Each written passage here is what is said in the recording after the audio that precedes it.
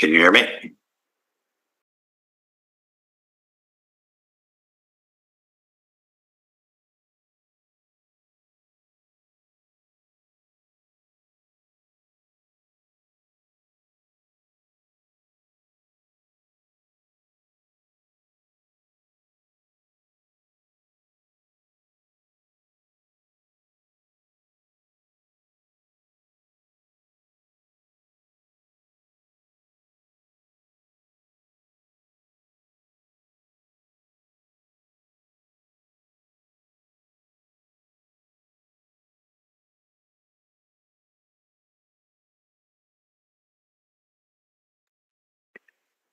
Good morning and welcome to today's CFR virtual media briefing. I would like to remind attendees that this meeting is on the record.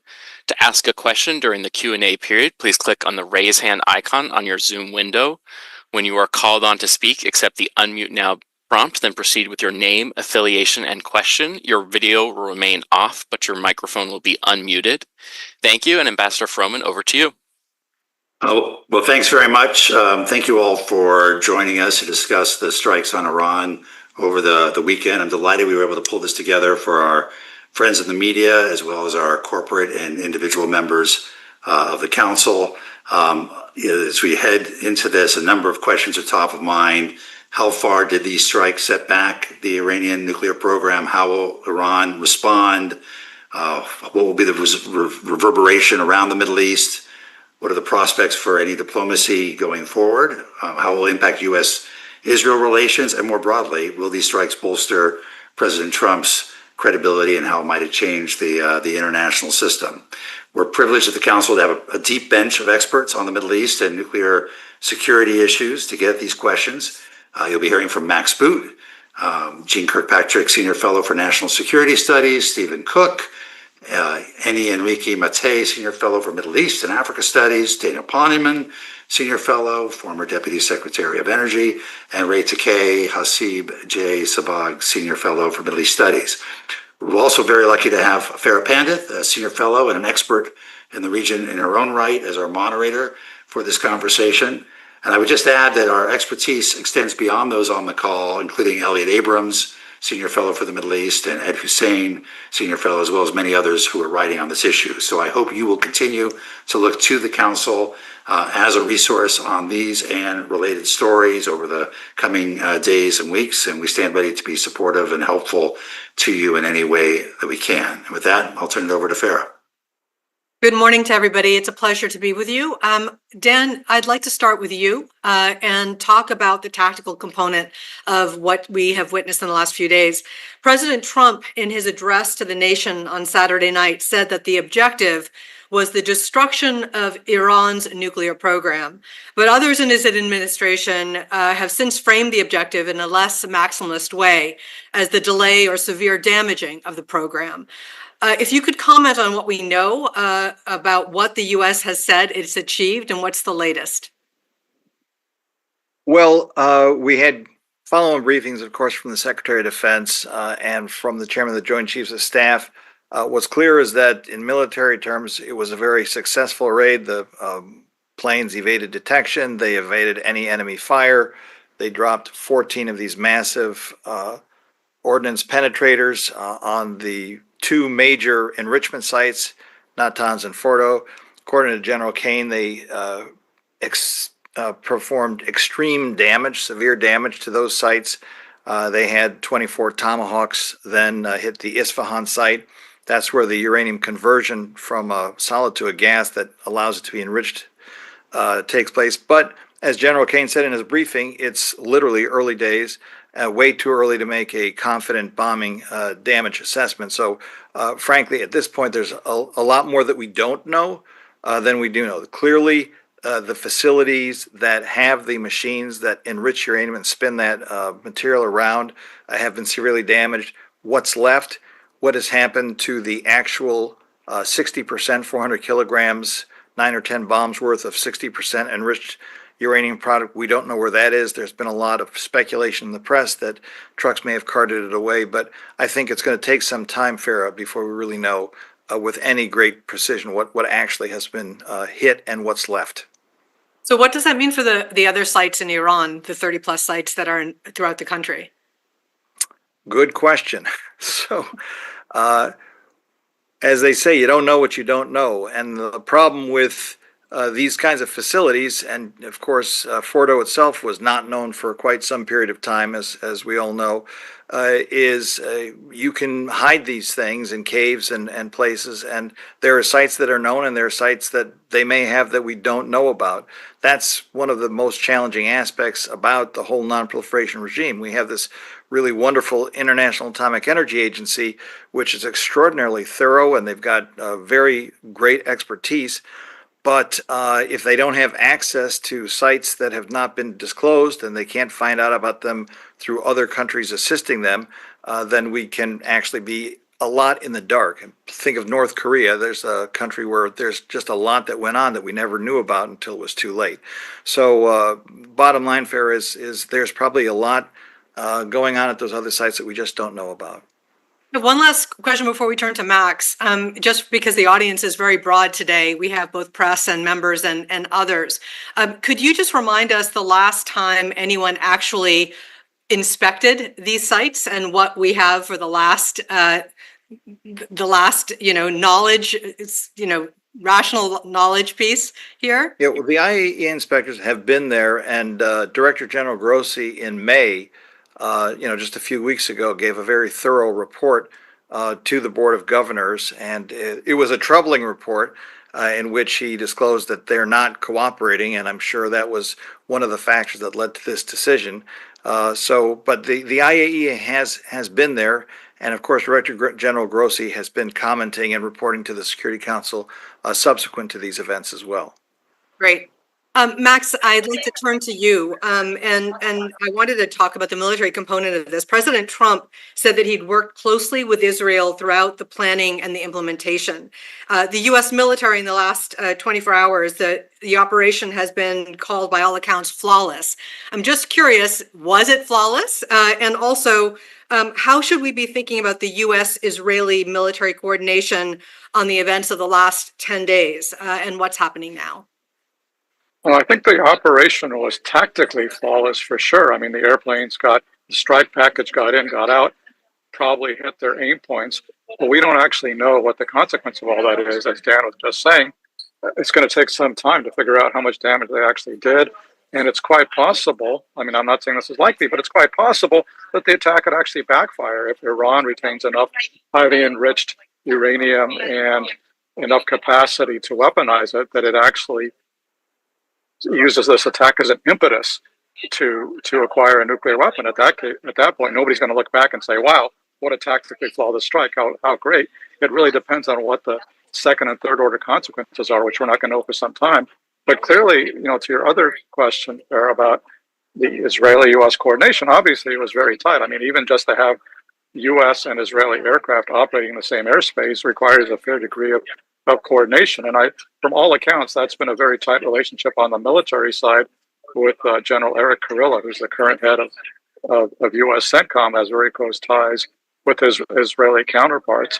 I would say, moving beyond from the strictly tactical military level to the political level, I would say that there is, a fair degree of cooperation between President Trump and Prime Minister Netanyahu. But there's kind of a sense that Netanyahu is the one who's really in the driver's seat, because remember 2 months ago that we were talking about distance and separation between Trump and Netanyahu after Trump kind of cold-cocked Netanyahu at the White House by announcing that he was going to launch negotiations with Iran and pressuring Israel not to launch a strike.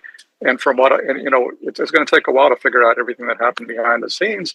But it seems to me that Bibi basically decided he was going to strike and drag the U.S. along with us. And at that point, once the Israeli attack began, that imposes a certain logic on Trump to join in, because I think the worst of all possible worlds is if Israel strikes, but Iran retains their Fordow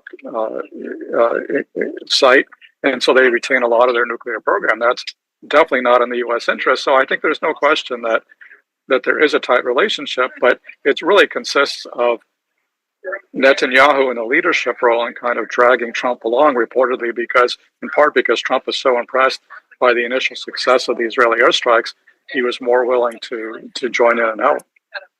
Do you think that puts us in a corner? Does it put Trump in a corner? Does he have the ability to be creative about what he wants to do, or is he not able to do the operational changes that he would wish to do?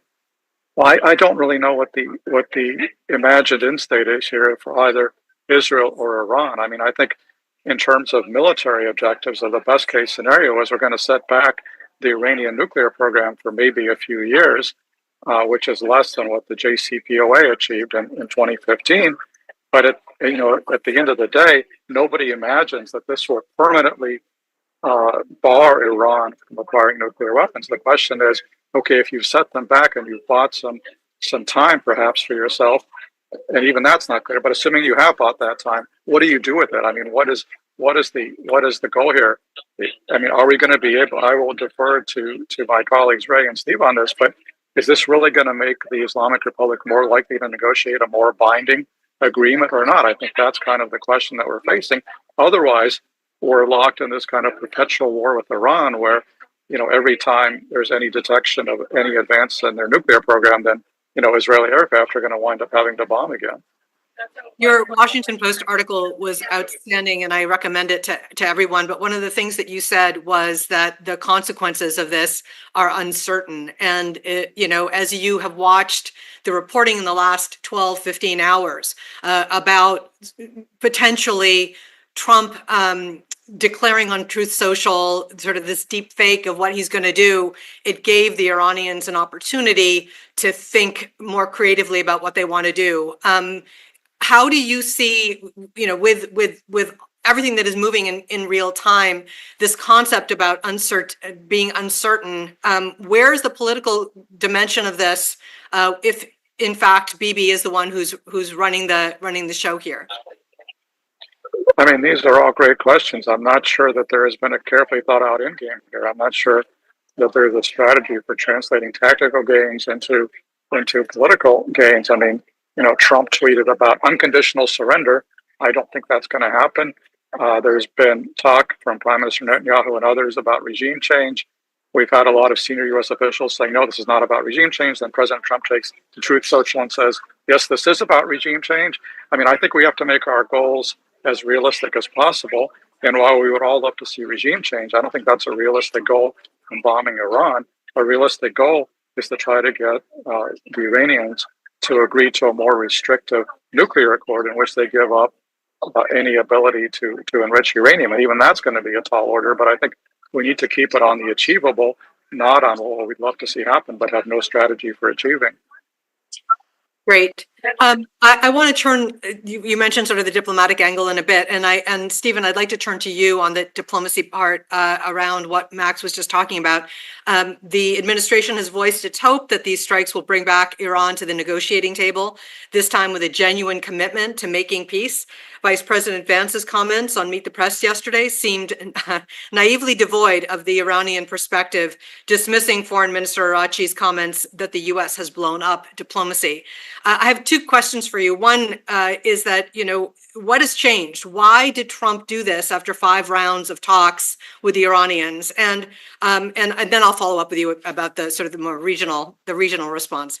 Well, I think there's 3 things. By the way, thanks, Farron. It's great to be with everybody. I think there's 3 reasons that Trump changed his mind. And again, I have no special ability to read the president's mind, but there's a couple of things that we can infer that had happened. One, Max alluded to one of them, which is that the president woke up on the morning of June 15th and was very impressed with the capabilities of the Israeli Air Force and what the Israelis had been able to do. In this early going, if you were, looking at Truth Social or any other social media, there was this kind of wild enthusiasm about what was going on and, kind of James Bond-esque exploits of Israel's Mossad. And so he was clearly impressed by it. And you saw as the days went on, he sort of leaned into Israel's Operation Rising Lion, and to the point where he said, we control Israel's airspace. Iran's airspace, which, was news to the Israelis, needless to say. And then I think that, people have used, the kind of unfortunate language about this when it comes to Israeli diplomacy in encouraging the United States to take part. And I want to be very, very careful here when the way I talk about it. The Israelis are looking at a challenge, a country that has invested enormous sums in developing nuclear technology. The reasonable suspicions that the Iranians would like to weaponize. Numerous Iranian officials have threatened the Israelis. The Iranians have funded proxies to attack Israel. So from the perspective of any Israeli prime minister, they would want American help in dealing with this problem. And I think the combination of the Israelis' success and at that moment, I think that the president was able to be convinced by the Israelis that this was both in Israel's interest as well as the American interest. This kind of language about dragging and Netanyahu in control and so on and so forth makes me very uncomfortable. The president of the United States is the president of the United States who has agency, and he could have demurred like his predecessors, but he chose otherwise. He saw something different. Maybe it was his gut. Who knows? And then I think the third thing is important is that the Iranians, after a kind of withering assault of the Israelis, their demands as far as nuclear negotiations had not changed.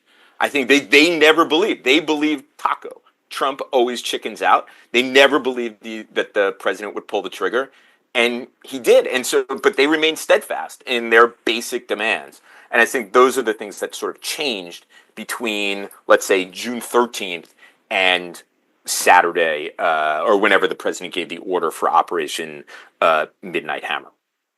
You had another question. Yeah, I do, which is on the broader component of this and how the how the region is really reacting.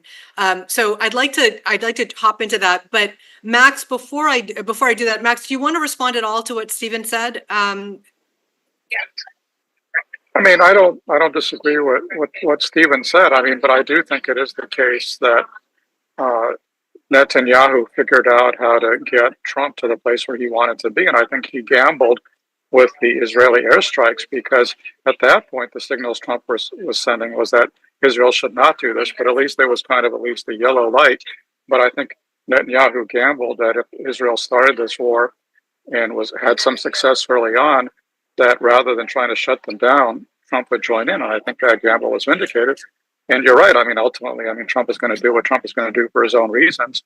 Nobody can dictate to him. But I think it's pretty clear that Netanyahu has used his relationship with Trump to get him to where he wants to be. And as you suggested, it's probably where any Israeli prime minister would want any U.S. president to be. So, Stephen, let me come back to you and ask you for a snapshot of how the other Arab states are responding to all of this. Yeah, I think, first of all, if you look at the statements after American strikes, there wasn't really criticism of American military action. There was a call for diplomacy, which is, I'm not a diplomat. No one would ever confuse me for a diplomat, but there is a difference there. And I think, like, similar to the beginning of the Israeli operations against Iran, I think where there was more criticism of the Israelis, but I think that the view has been, and it's the way it's been relayed to me, is, there's going to be a public message, and then privately, leaders in the Gulf in particular will privately admire Israel and the United States' proficiency, and the view that, look, the Iranians are a menace to the region, and doing damage to their ability to be a menace to the region is a good thing. But at the same time, there's a lot of concern about blowback on them and what the retaliation will look like, and will it affect them? Will there be damage to Dubai? Will there be damage to Dammam? How the Iranians go about doing this? That has been a consistent concern, and we know in the months leading up to this that Israel's Arab partners, and they are, for all intents and purposes, Arab partners, indicated to the Israelis that they were quite concerned about retaliation on their territory. And notice the air corridor that the Israelis established was through Syria and Iraq, not through Jordan, Saudi Arabia, or even southern through the UAE. Ray, I promise we're going to get to you. I promise. But Dan, I know you're leaving soon, and I just wanted to pick up what Stephen was saying about the Arab response. Part of that response is fear of their own health and what could be happening with radiation. So could you give us a little bit of a view on how dangerous it could be and what you think is happening? There can be some leakage. The leakage out of an enrichment site is not likely to be serious radiologically speaking. It's an alpha emitter. If there's a breach and you have the exposure to the air of the fluorine gas combining with the hydrogen in the air, you get a gas cloud and you have chemical hazards, but it's less of a radiation hazard than, for example, if there were an attack on the Bushehr nuclear power plant, where you have, an active reactor, that would be a much more serious radiation hazard. But before I drop off, I just might pick up on some of the implications of both Max and Stephen's comments, in the sense that precisely because there's so much that we don't know, precisely because there are sites both known and perhaps not known that are out there, I do think that the critical issue now turns to diplomacy. Right? Because, the implicit threat is if you don't cooperate further, there's more where that came from, right? And at the end of the day, we used to, when I worked on nonproliferation for decades, we did deals with North Korea, and we used to talk, in tongue in cheek about a precision guided document. The one thing that you can say, whether it was the agreed framework in 1994 or the Joint Comprehensive Plan of Action in 2015, is it did provide some certainty. And the IAE is really a wonderful organization, and they have cameras and they have SEALs and they have on-site inspectors, and it's much better to know what's going on than not to know what's going on, right? I mean, we learned that in Pakistan and India, didn't we? So I think now that it has been shown that the United States is willing to take these kinds of measures to enforce the red line of not getting nuclear weapons. Hopefully that will bring all the relevant parties into some kind of a diplomatic discussion that will lead to some settlement that will leave the region safe from the prospect of Iranian nuclear weapons, and not just some concatenation of ever more dangerous events. Thank you, Dan. Ray, I have lots of questions for you. The first is Iran sufficiently weakened that it will return to the negotiation table, as the administration hopes, or will the regime respond militarily, and will it do so directly or through proxies, which is a huge question. I'm sorry for that, but the floor is yours. In terms of negotiations, there's a kind of a narrative in Iran today that of American and IAEA perfidy, the idea that they entered an agreement and the Americans abandoned it. There's a lot of discussion that the whole Steve Witkoff negotiations were a ruse and they were designed to essentially establish the predicate for action. And there's a lot of, surprisingly, maybe, criticism of Rafael Grossi, the Director General of the IAEA, particularly by people like Ali Larijani. They suggest that IAEA essentially gave the foreign armies the blueprints to the Iranian nuclear infrastructure. There's a lot of criticism of IAEA Board of Governors' rebuke of Iran recently that established a semi-legal predicate maybe for the attack. And so neither the interlocutors or the principal instrument of inspection regime is what you would call trusted in the Iranian body politic. Second of all, the country's leadership and the regime is not cohesive enough to be able to come to some sort of a negotiations at this point, especially negotiations from the American perspective, whose conclusion is predetermined, namely zero enrichment. So the Iranian position, even today, is that they have a right to enrich. There has been discussion that they will not leave the NPT. I don't think they will leave the NPT, but I don't think they'll observe the obligations of the NPT and come to terms with Rafael Grossi. Dan mentioned the recent report that IAEA issued. One of the things that the two sides had done was negotiate what they call enhanced verification regime for Fordo. Well, that was actually agreed upon. Now it hadn't been implemented. So there's a lot of suspicion about that, about entering negotiations. Javel said if you say diplomacy never dies, and there's a possibility of negotiations taking place at some point, but I don't think one can assume that that's the pathway for dealing with the Iranian nuclear challenge or whatever remains of it. Retaliation, I don't think the country is in a position to retaliate at this point. First of all, just in terms of command and control and continuity of government, all that stuff that you need to actually broaden the zone of conflict at this particular time seems unreasonable. But we're not living in a reasonable age. You're talking about traumatized political leaders in bunkers nurturing conspiracy theories. How they would react, I don't think it's reasonable for them to take on American Armada directly or indirectly, but I'm not in their position. Things that have happened to them recently that were unimaginable and how they would react. I imagine there's some paralysis in the system at this point, just in terms of decision making. But I do think at some point they'll try to figure out how best to retaliate and when and in what manner. Do you think that the strikes are going to create a rallying around the flag effect in Iran? I mean, people are hoping for that, but what do you think? It's hard to honestly estimate that. The political elites of the country are united, even those members of the political elite that were critical of the Iranian decision making. So you see the unification of the elite society, left, right, and center. In terms of the public, they're the principal victims of this. Their lives have been turned upside down. I suspect they're equally traumatized. It is possible to come out of this experience blaming everybody, blaming your national leadership for putting you in that position, blaming the outside powers for using force. I don't think the idea of nuclear science and achievement of nuclear science as pathway to economic modernity and industrialization was propagated by the regime for a long time. So what happens when this particular national asset is damaged, perhaps irreparably? I don't think Iran's going to come out of this experience with a civilian nuclear program anymore. It may come out of the surreptitious and clandestine weapons program, but the idea of nuclear energy as a pathway to industrialization is a narrative that's no longer holds sway.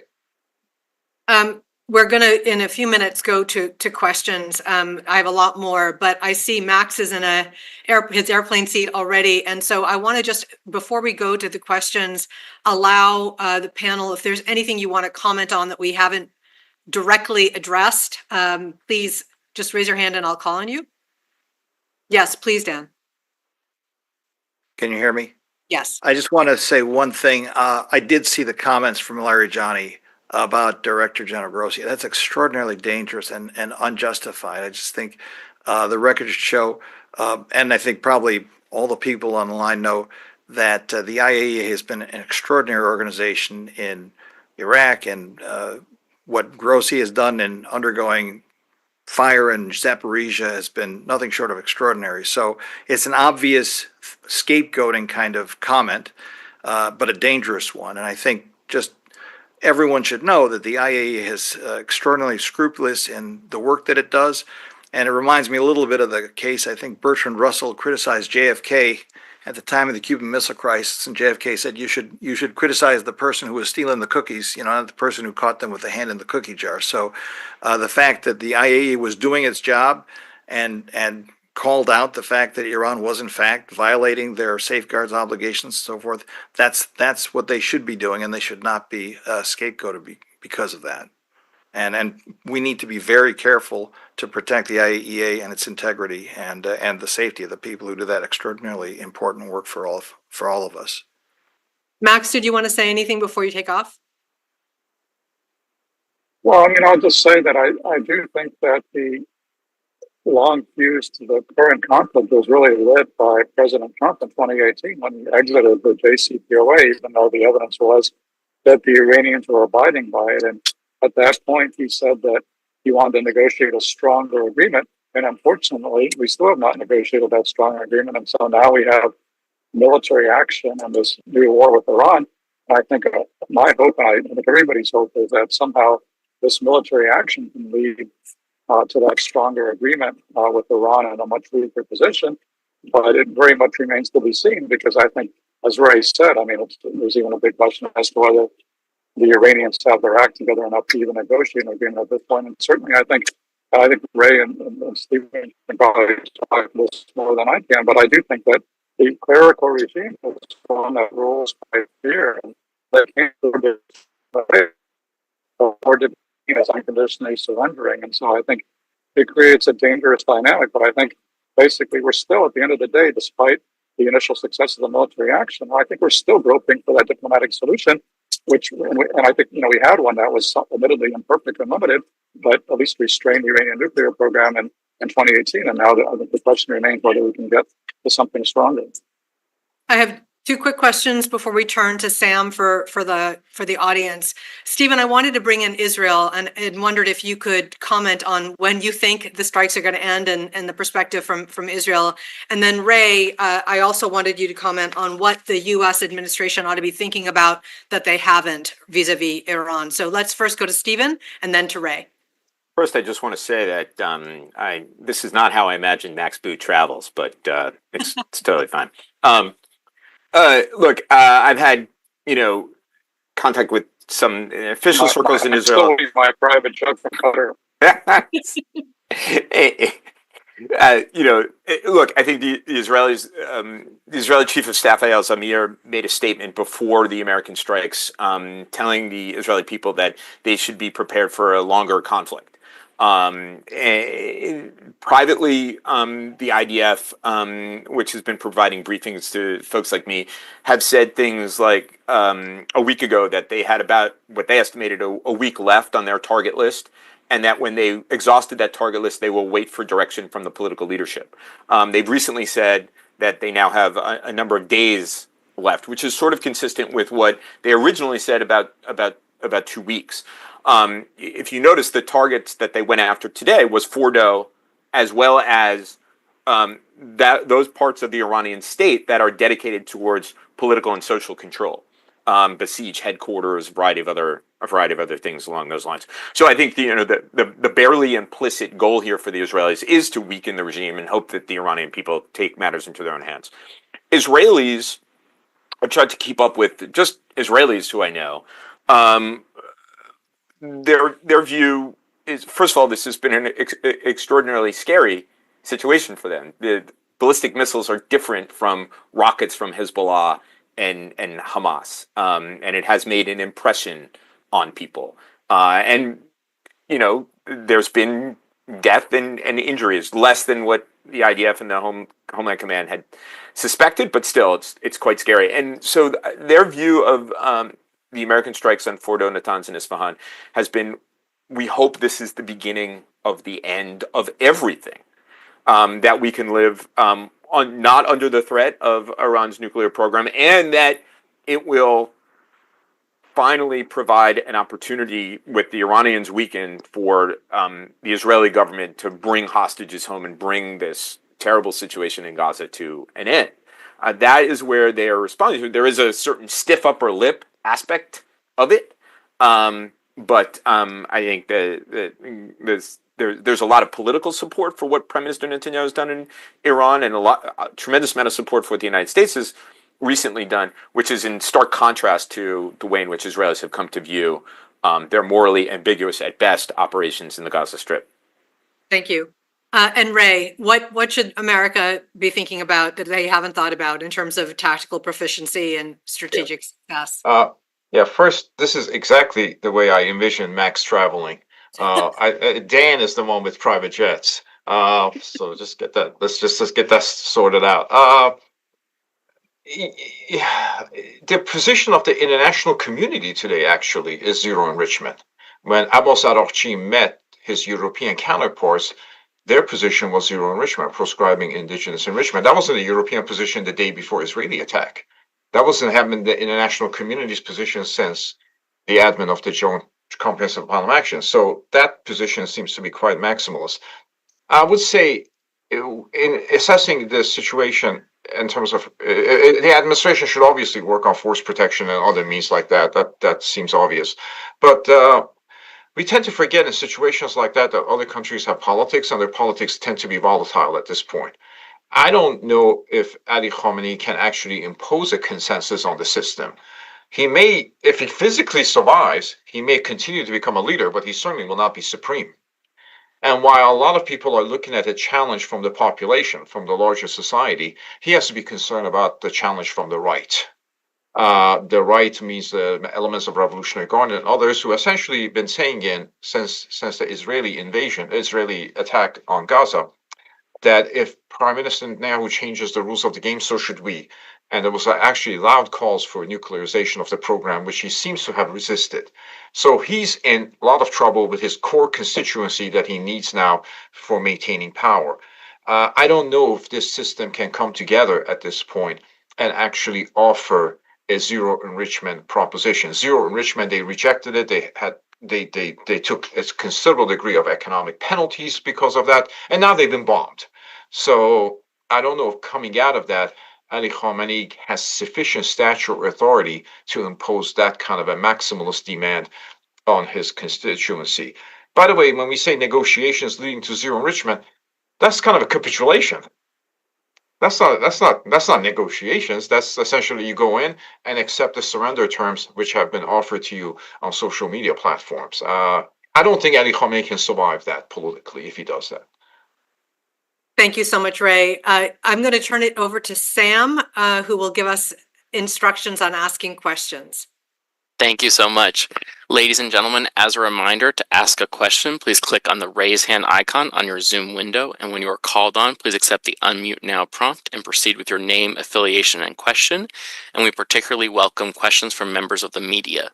We will take our first question from Jim Puzangara. Go ahead, Jim. Thank you. Hi, this is Jim Puzangara from the Boston Globe, Washington Bureau.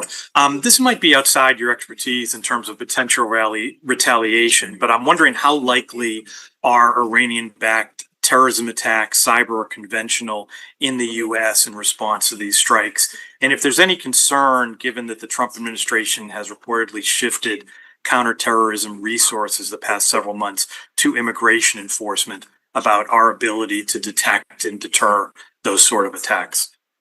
Jim, that's a great question. Thank you. Who would like to answer it? Stephen, you're on mute. I'm sorry. I can at least start with the question. I think that we do know from past history, and I defer to Ray on what he views as the actual capability here, but we know from history is that the Iranians do have a global reach, everywhere from Europe to Latin America, if you go back to the early 1990s.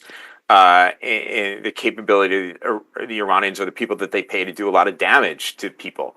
And so I think at least American officials need to keep it within their, kind of realm of what they think about in terms of potential threats as a result of this action that the president has taken. Certainly, the Iranians have been capable cyber warriors attacking Israel, going after their transportation system, their water system, and so on and so forth. Those attacks weren't successful, but certainly you learn in the process. So I think that these kinds of things are possible, and things that, again, the realm of things that I think American officials should be worrying about.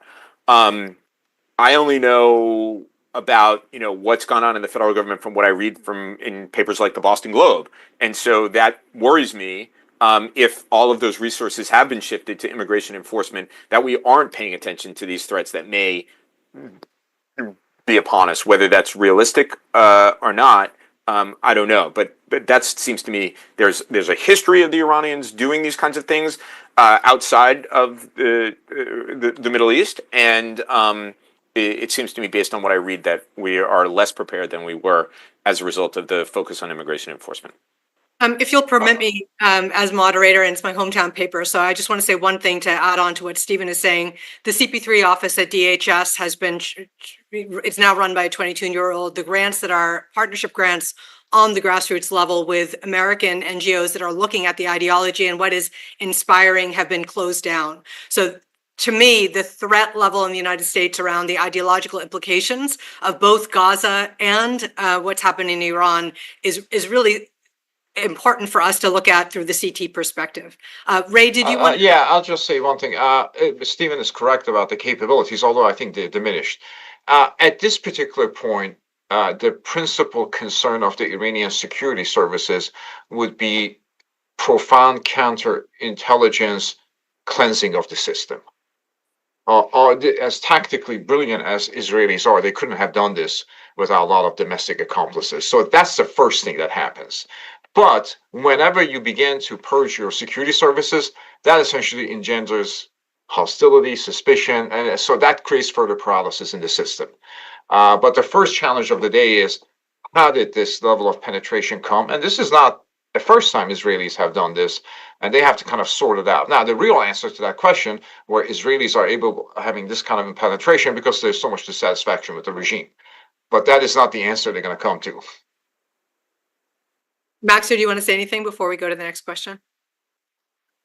No, not really. I mean, I think it's a reasonable question to ask, and to keep in mind that Iran has a very long history of supporting terrorism, dating back to the 1980s, and they have inflicted massive losses on the U.S. going back to the, Marine barracks bombing in Beirut in '83, the attacks on the U.S. embassy. So, yeah, there's a long history of Iranian terrorism against the U.S., and that is something we need to be very much on the guard against. Thanks so much, Max. Sam, can we go to the next question, please? We will take our next question from Gary Seymour. Hi, Gary. I think you're on mute. Thanks very much. This has just been a terrific discussion. I have a question about Russia for Max, if your plane hasn't taken off yet. I mean, obviously the Russians have made noises, but they haven't lifted a finger to help Iran. And Trump doesn't seem to be interested in Russian involvement in mediating an end to the conflict. But what implications, if any, do you see for the Ukraine war? Does this create some openings for the Russians they didn't have before, or will they suffer because Iran can't provide them drones anymore? I don't see it as having a big impact on the Ukraine war, because although Iran was very helpful at the beginning stages in providing Russia with drones and Shahed, Russia has now started manufacturing their own version of the Iranian drones and have actually kind of souped them up with jet engines and stuff. So I don't think that they're as dependent upon Iran as they were in the past. At the moment, I think they're actually a little bit more dependent on North Korea. So I don't think it has a huge impact on Russia. But it is interesting that Russia is kind of, I mean, it's sort of really amusing to see Vladimir Putin denouncing unprovoked aggression. Truly, dictators have no sense of irony. But I think it also shows that Russia is not a very valuable friend, because they're not really lifting a finger to help their allies in Iran in return for all the help that the Iranians have given them. But again, these are all, like, I would say, pretty low-level consequences. And as you can hear, I think they're trying to get us to taxi out to the runway here. Max, thank you for joining us. And I'll say goodbye before you take off. Stephen or Ray, did you want to comment on Gary's question? Okay. Sam, can we please go to the next question? We will take our next question from Charles Delfer. Please go ahead, Charles. And identify yourself, please. I'm Charles Delfer, relevant here. I used to do the weapons inspections in Iraq, and my question is on that point. I'm wondering if there is, in the context of a political solution, is there any thought and attention being given to more extensive inspection authorities to include going beyond what IAEA does? The reason is, having blown up the country now, it makes making a material balance extremely difficult. It's the circumstances we encountered in Iraq. It's also a case where it becomes more of a coercive disarmament as opposed to a voluntary one. And I just wonder where that stands in the consideration of a political settlement. Thank you. Thanks so much, Charles. Stephen, do you want to take that, or Ray? I'll just say one thing. The Iranian nuclear program was under what was called additional protocol, which essentially was an enhanced inspection regime, but that obviously has gone away with their lack of adherence to it. There's going to be a challenge in terms of actual inspection, simply because if the view continues to be that IAEA is an instrument of Western espionage now, then it's difficult to see which neutral international body is going to step in here to actually conduct that inspection regime. Stephen. I was just going to make that point about the IAEA based on what Ray had said about the IAEA previously. I don't know where this inspection regime would be situated. Thanks so much, both of you. Sam, could you kindly take the next question? We will take our next question from Paul here. Yes, this is Paul Hare from the Chicago Council on Global Affairs. I wondered if the panelists could speculate on the decision-making process at the White House behind these strikes. What do we know or think about who was advising Trump on this decision? Who might have been trying to outline the pluses and minuses of a strike? Basically, how confident are we in the strategic calculus behind this decision? Thanks. Thanks so much, Paul. I'll take that. Look, let's just take it back a few months or less than a month or whenever it was, when the president essentially fired Mike Waltz, his national security advisor. And then a number of weeks later, the administration greatly reduced the National Security Council staff. It created this kind of storm in Washington, but it was not obvious to me that President Trump wanted a traditional national security advisor or needed a national security council from his perspective. And I think this is one of the reasons why actually the Gulf leaders really like him, because he makes decisions like they do with like 5 other people. And those 5 other people in the room have been Witkoff, so on this decision, have been Witkoff, General Kurilla, the chairman of the Joint Chiefs of Staff, General Kane, and I believe Susie Wiles. Perhaps Marco Rubio was involved as well, but Tulsi Gabbard was not. Whether that was she decided not to attend or was not invited to attend because he didn't like what she had to say on this issue. But that tight circle, Wiles, Witkoff, Kane, Kurilla, and possibly Rubio were in the room. I don't have anything to add to that other than Stephen didn't mention Secretary of Defense Pete Hegseth. Who wasn't there? This is kind of a big. He wasn't there. I'm hearing from some of my colleagues at CFR that Qatar has just closed down their airspace. So I just want to let Ray and Stephen know that, and our audience. And let me just follow up on one component of this, who's around advising the president. Stephen, there's been a lot of talk about parallels between 2003 and Iraq and decision making. When you hear those kinds of questions, do you see a similarity, or how are you responding to that? I can understand why people might go to that, but these are vastly different situations. And how decision making, there was a very significant apparatus of the U.S. government that was involved in the decision making and advising and policy process. Regardless of how you felt about the invasion of Iraq, there was that machinery of government that was at play there. I think that obviously isn't the case here. The president doesn't like process. I think that the missions are different. I think that if we get into regime change, it's because the president has backed the United States into regime change, because the strikes did not totally obliterate, or whatever words he used, and he's confronted with a country that is racing to weaponize, as Ray has mentioned, and the Iranian people, and that, then you leave it to the Iranian people to bring down the regime with, I guess, American encouragement. But he's confronted with an excruciating problem, in that he might have to confront a weaponized Iran, which was not his intention, the solution of which is the end of this regime. Can I just very briefly say, there is some vague... During the Bush administration's decision, it appears to me, and when I talk to people, nobody advised George Bush not to do it. Yeah. Did everybody think it was a good idea? Colin Powell didn't tell him not to do it. In this particular process, there was one person who was essentially said to President Trump not to do this, Tulsi Gabbard. Whatever you think of her, her exclusion from the Council of Decision Making means essentially opinions that are dissenting from the consensus are not allowed.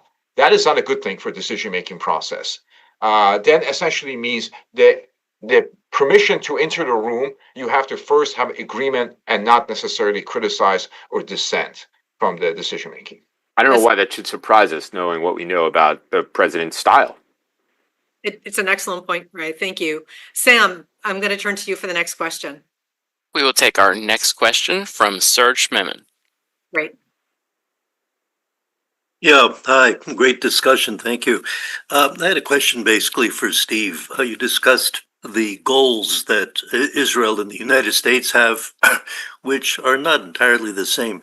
So my question to you is, to what degree are they acting in concert at this stage? And then building on what you said before, but this is pure speculation, so maybe you can't or don't want to answer, but might this make Trump a little more dangerous? Maybe he's going to be a little more happy to use force in search of deals in the future. Thank you. Well, actually, Serge, let me start with the second part of your question. I mean, if it seems to me that the president is always looking for leverage.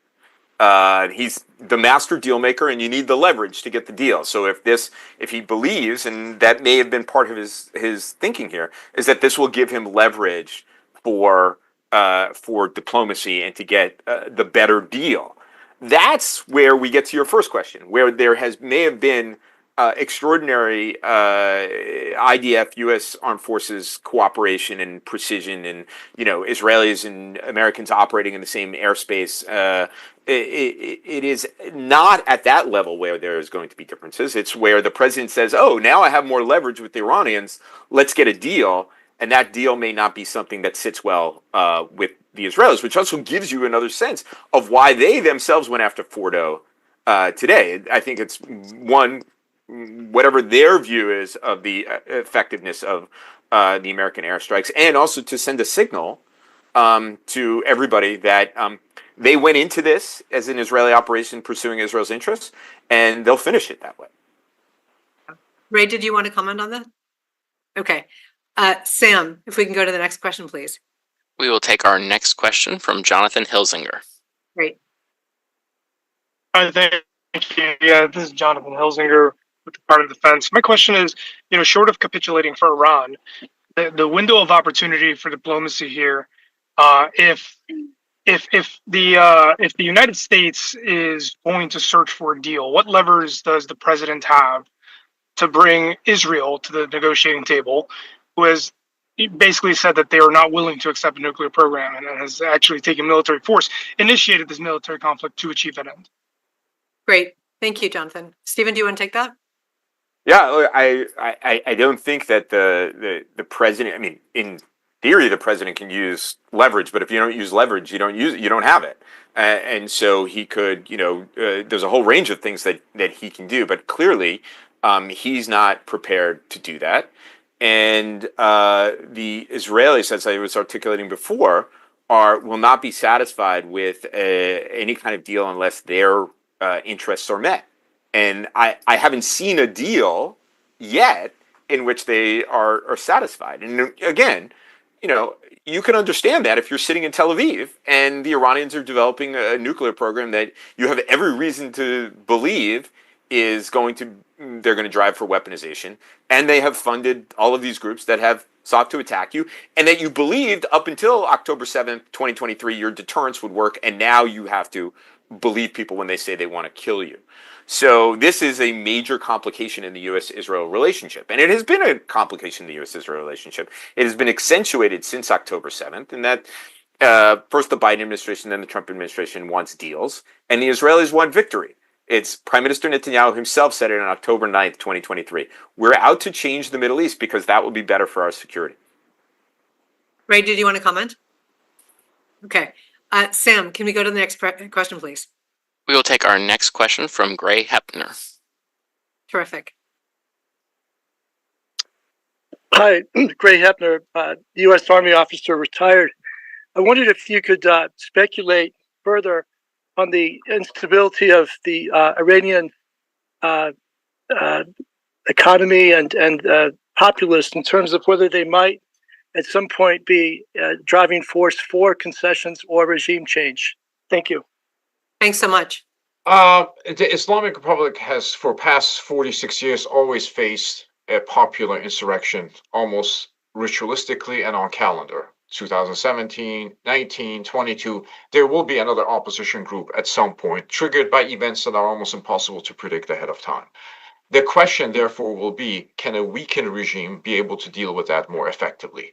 Does it exercise the same domestic controls? Islamic Republic rules by fear. To there, the fear barrier is down. So the question is it going to stay down? What are the regime's vulnerabilities? And so on. That's almost impossible to predict ahead of time. You're talking about sort of a revolutionary uprising. The question will be when a popular social protest movement takes place, and it certainly will, because that's the history of the Islamic Republic.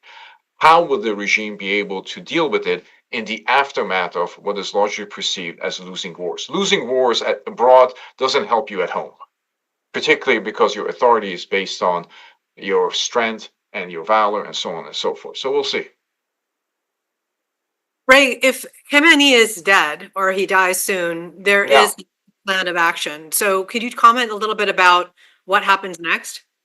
That's a very good question. Even before these events, the question of succession had come, and there was the issue of maybe establishing some sort of a well, constitutionally, statutorily, the Assembly of Experts would be responsible for choosing the next leader. That's the body of 88 elderly clerics. Now, but that's in practice has never been the case, and the Islamic Republic only has had one succession to that position. Today, if there is a succession, if he dies tomorrow, the predominant voice in selecting the new leader will be the Revolutionary Guards. It is often said, and I don't think that was ever true about the Islamic Republic, that they're going to go with the way of the Prussia, where you used to say in Prussia, the army has a country, as opposed to the other way around. But today, there will be the predominant voice. And there's some reporting that Ali Khamenei has actually yielded to them important controls moving forward. Thank you. Stephen, did you want to comment at all? Okay. Sam, we're going to take the last question, and then I'm going to ask Stephen and Ray to include in that any final words that they want. So we have about 4 minutes left. Thank you. We will take our next question from Aaron Dumbacher. Hi, Aaron. Go ahead. Good afternoon. Question for both of you about how you might rank order the likeliest and most immediate responses, perhaps militarily or otherwise, that Iran and Israel might take given the U.S. events. We had the question earlier about cyber attacks and the like, and obviously we've briefly talked about force protection for U.S. forces all in the region, but how would you rank sort of the first 1, 2, or 3 likeliest next events we will see? Great question. And just a reminder, Ray and Stephen, just add into that any other final things you want to say before we close. Stephen, please go ahead. Well, I'm intrigued by the reports that the Qatar is closing their airspace. I wonder what that is about, but until we have more information about it, I don't really want to speculate. Look, I think that Ray's point about the regime being in disarray and being focused on, sussing out who helped the Israelis with all of this is well taken, but I think probably you don't have to be as coherent to do a cyber attack or to, try to bomb a Jewish center somewhere around the world. I think that those are strong possibilities. I don't know how to rank them per se. As far as Israel's response has been continuing. The United States dropped massive ordnance penetrators on Iran's 3 main nuclear program facilities, and the Israelis have continued their airstrikes as they go down their target list. So again, I don't know how to rank order them. I'm just worried about things like cyber and terrorism and so on and so forth. And I think we should be aware of those contingencies. As far as my last comments go, I think there's a stunning irony in all of this. The president was in Saudi Arabia about 3 weeks ago, in which he excoriated nation building, regime changers, and so on. And it was a good speech. It was a very good speech. He said, we should leave it to the people of the region to develop, to pave the way for their own paths and so on and so forth. And now he's talking about or leaning into this idea of regime change. I think it's probably unlikely that the United States is going to go that far down the road. The president will drop this issue eventually. But what I do think will be the case is that we will be in the region it will have a larger American footprint in the region than I think the president imagined when he took the oath of office, because we're likely going to be confronted with an Iran that is beyond a diplomatic agreement and that is searching for ways to weaponize what's left of its program. And that means a mission of deterrence and containment, which neither precludes dialogue nor military action, but it does mean a more robust presence for the United States in the region than I think he or anybody else had envisioned when he became the president. Thank you. And Ray? Traditionally, the way the Iranians approach superior powers is indirect attack using proxies and allies, because traditionally and historically, indirect attacks have immunized them from retaliation. Whether those rules apply today, I don't know. And I would say, so that would be the logical way of responding. Again, but this day, those rules not apply. I want to pick up on the last point that Stephen made. We're in a new era of counterproliferation, kinetic counterproliferation. Before, we thought of counterproliferation as arms control agreements, inspection regimes, and the debate was whether the arms control agreements are strong enough and inspection regimes intrusive enough. Now it's going to be national intelligence communities reporting on surreptitious clandestine activities that can only be disarmed to the use of force. So what we saw in the past week, maybe not to this degree, is likely something repeat itself. Israelis or American intelligence or somebody, French intelligence, will say there's a suspicious installation somewhere doing suspicious things. Iranians will not grant access, and whether you want to take military action. So we're in a new era of kinetic counterproliferation. And also, I don't know what the lessons of the international community from this episode is. Yet another episode in a long story that if you have the bomb, you don't get bombed. Well, that's a great way to end, Ray. I just want to remind the audience that CFR has a lot of material on their website. If you're interested in these subjects and more, please go to cfr.org. And then in addition to that, I want to thank my panelists, some of whom are still with us, for a really important conversation. With that, Thank you, Farah. Thank you. Have a good and safe afternoon. Bye-bye.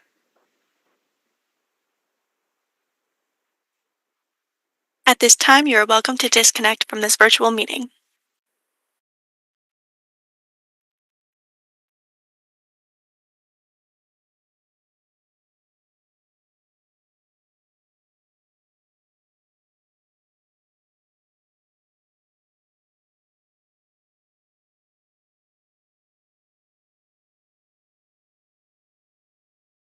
Hello, everyone. Hello, everyone. Nice to meet you here.